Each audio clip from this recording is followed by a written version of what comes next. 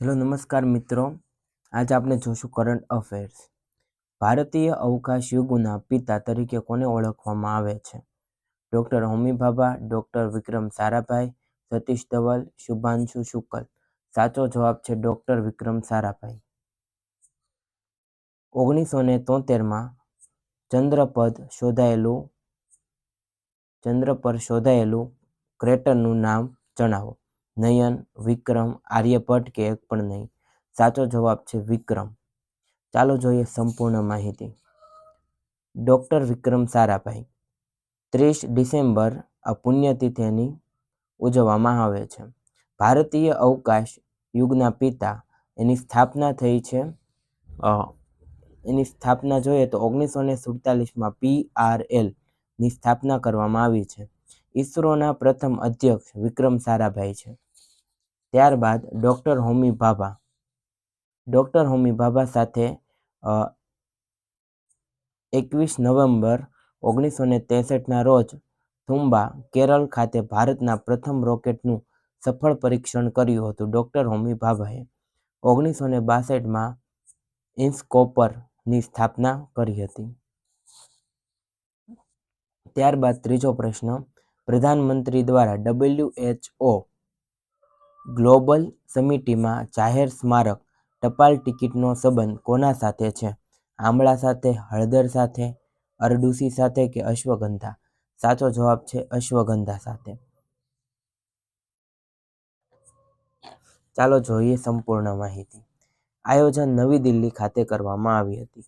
અશ્વગંધા માટે સ્મારક ટપાલ ટિકિટ બહાર પાડી. અશ્વગંધાનું વૈજ્ઞાનિક નામ આપણે જોઈએ. અશ્વગંધાનું વૈજ્ઞાનિક નામ વિથાનિયા સોમનિયા ફેરા. આ એનું વૈજ્ઞાનિક નામ છે. એનું કાર્ય જોઈએ તો તણાવ દૂર કરવા માટે અને રોગ પ્રતિકારક શક્તિમાં વધારો કરવા માટે. આ છે અશ્વગંધાનું. ટર્નર એવોર્ડ 2025માં જીતનાર વિશ્વની પ્રથમ અસક્ષમ કલાકાર કોણ છે? બાનુ મુશ્તાક, મારિયા કોરિના કે નૈના કાલુ? સાચો જવાબ છે નૈના કાલુ. ચાલો જોઈએ સંપૂર્ણ માહિતી. તો કે આ એવોર્ડ છે ઇંગ્લેન્ડ દ્વારા આ એવોર્ડ અપાય છે. શરૂઆત 1984માં થઈ હતી. વિશ્વના પ્રથમ અસક્ષમ કલાકાર હતા અને ઇનામી રાશિ £25,000 આપવામાં આવે છે. નૈનો કાલુ જે અસક્ષમ કલાકાર હતા એને એવોર્ડ આપવામાં આવ્યો છે. ત્યારબાદ આપણે જોઈએ પાંચમો પ્રશ્ન, NS-37 મિશનમાં અવકાશમાં જનાર દુનિયાની પ્રથમ પેરાલિસિસ મહિલાનો સંબંધ કયા દેશ સાથે છે? USA, ચીન, જર્મની કે UK? સાચો જવાબ છે જર્મની. ચાલો જોઈએ સંપૂર્ણ માહિતી. મિશેલા બેન્ટહોસ જર્મનીના. NS-37 mission company blue origin company. માલિક છે જેફ બેઝોસ. અવકાશમાં કાર્મિક લાઇનને પસાર કરવી એ એનો હેતુ છે. તો 37 મિશનનું નામ છે 37 મિશન, NS-37 મિશન. પછી કઈ કંપની હતી? તો કે blue origin company. Blue origin કંપનીના માલિક કોણ? તો કે જેફ બેઝોસ. ત્યારબાદ લોસર મહોત્સવનું આયોજન ક્યાં કરવામાં આવ્યું હતું? જમ્મુ કાશ્મીર, લદ્દાખ, સિક્કિમ, કેરળ? સાચો જવાબ છે લદ્દાખ.